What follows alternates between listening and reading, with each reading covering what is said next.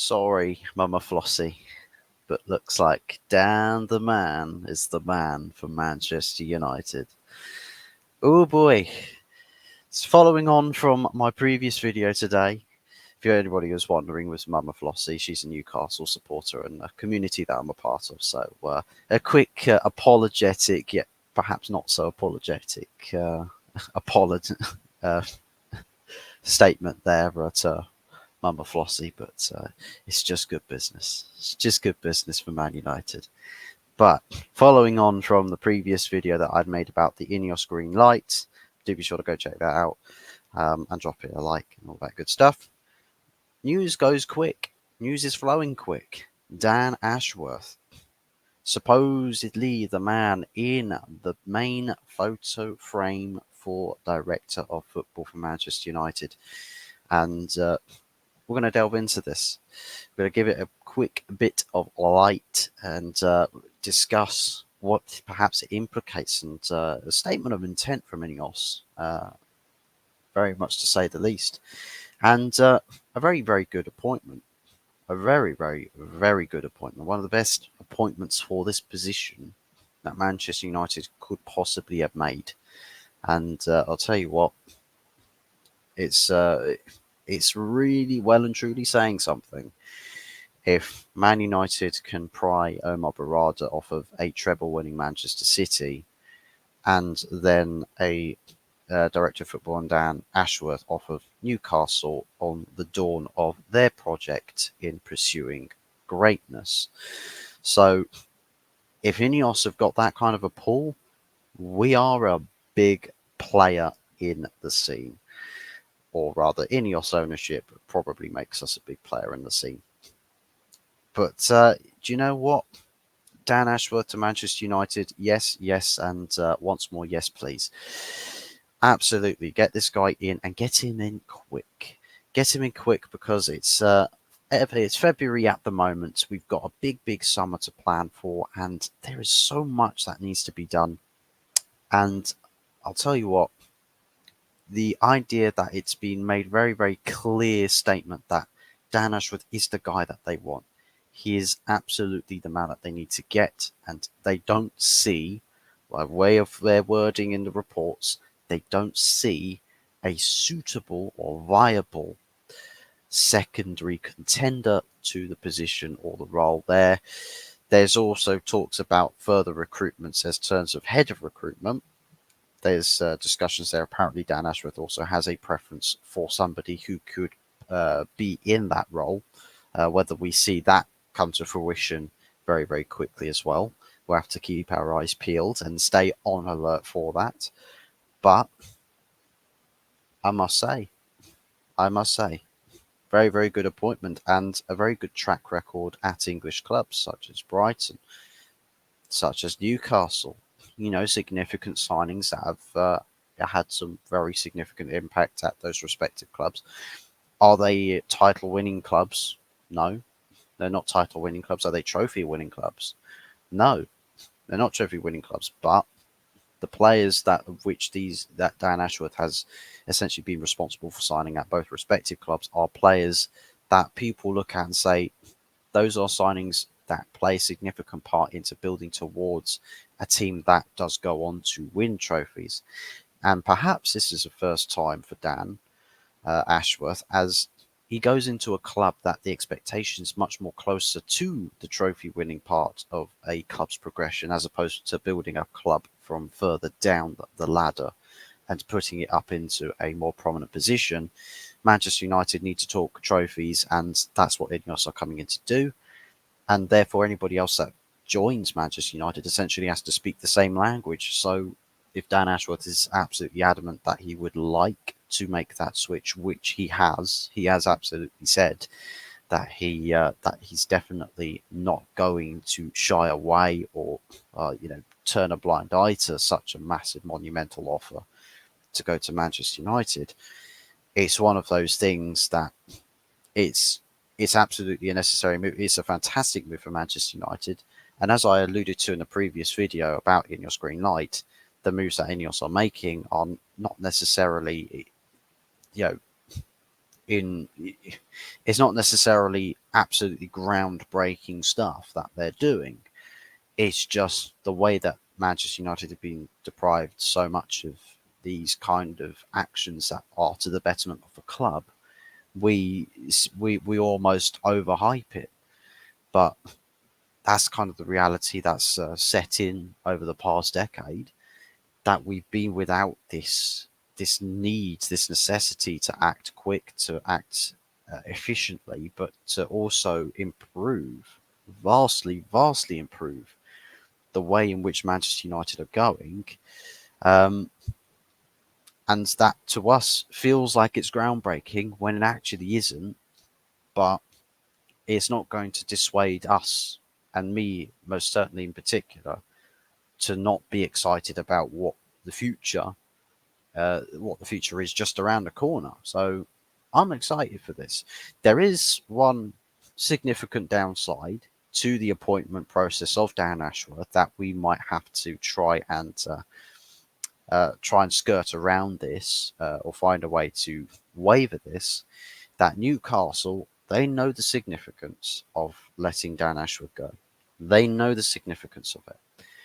They know how important he is to their club structure, and how letting him go to a league rival, not necessarily rivals, but just another competitor in the Premier League. Um, it's a significant loss for one club to do that, to let somebody so significant go, but letting that person then go to somebody that's further up the table, and perhaps further up the English football ladder at the moment, is weakening yourself, but also strengthening a rival. It's much like the significance of Manchester City when they realised Omar Barada was going to go. And the downside to that is that they perhaps would say, well, you can go, but we don't want you to have the luxury or the ability to go and make all of these decisions straight away. So I placed you on an extended garden leave. And the garden leave is what supposedly has also been mentioned for Dan Ashworth, a sizable garden leave that would take him up into the summer. As to when that garden leave would expire, it's anybody's guess. And that Manchester United have got a bit more extra work on their hands as part of trying to do this deal, to try and waiver that garden leave, to perhaps pay off Newcastle, to say, well, perhaps we can pay you a wavering fee to that garden leave to persuade you to let him come and start work for us immediately, because that's the fundamentals of what Ineos want to do with the club structure. They need this guy in.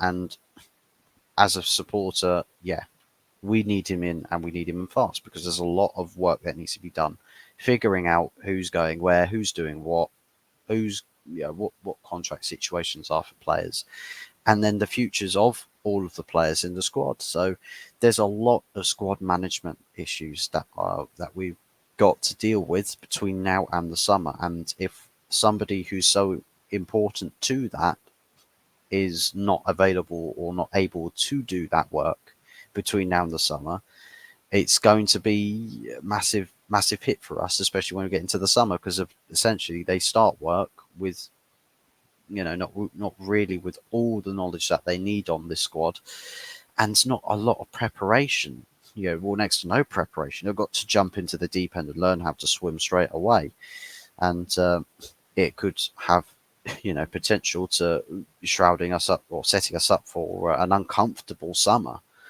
It could still work out as a good summer, but it will be uncomfortable nonetheless, because we might make one or two decisions perhaps that we may end up looking back at and say, actually, that was not a great move. We should probably have done this differently. So all of this is possible. All of these things are a possibility. But for me, with the way that Ineos have done their business, very shrewd business, very efficient business as well. And I think for somebody that is so important to get them in and to start work straight away, I think that Ineos may perhaps chase the option to paying off Newcastle to let go of a garden leave waiver.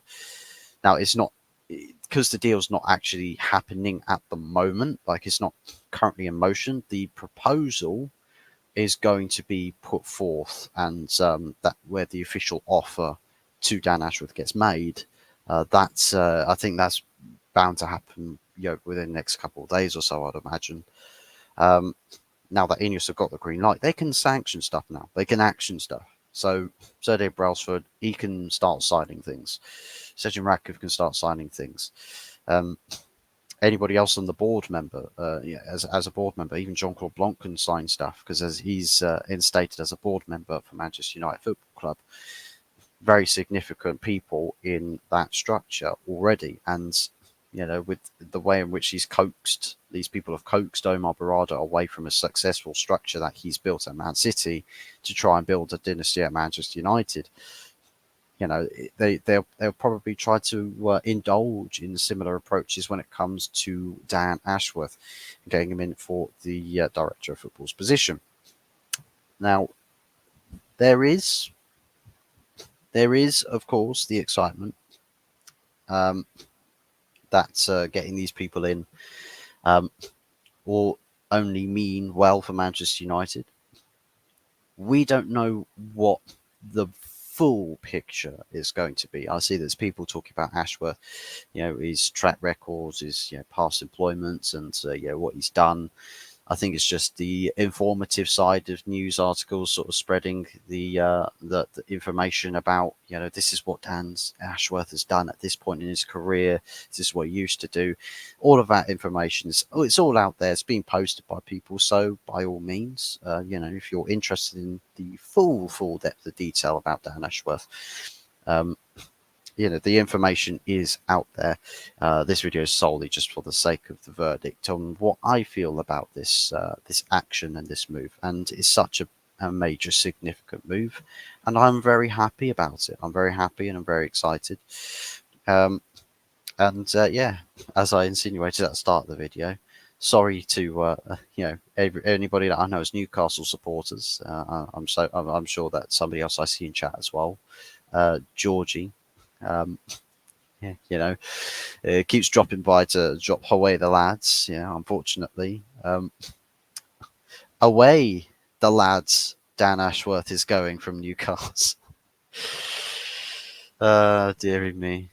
I'm going to start making enemies real quick with a lot. If this carries on and we start making some childhood traumas come back for rival supporters, you know what? I'll go from I'll go from the best looking, the most tolerable Man United fan everybody knows to the most unbelievably unbearable, and I'll do so shamelessly.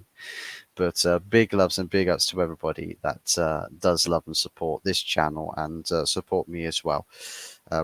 Really, really appreciate all the love and support everybody does show this channel. If you enjoyed this video, please do be sure to drop it a like and subscribe and turn the notification bell on.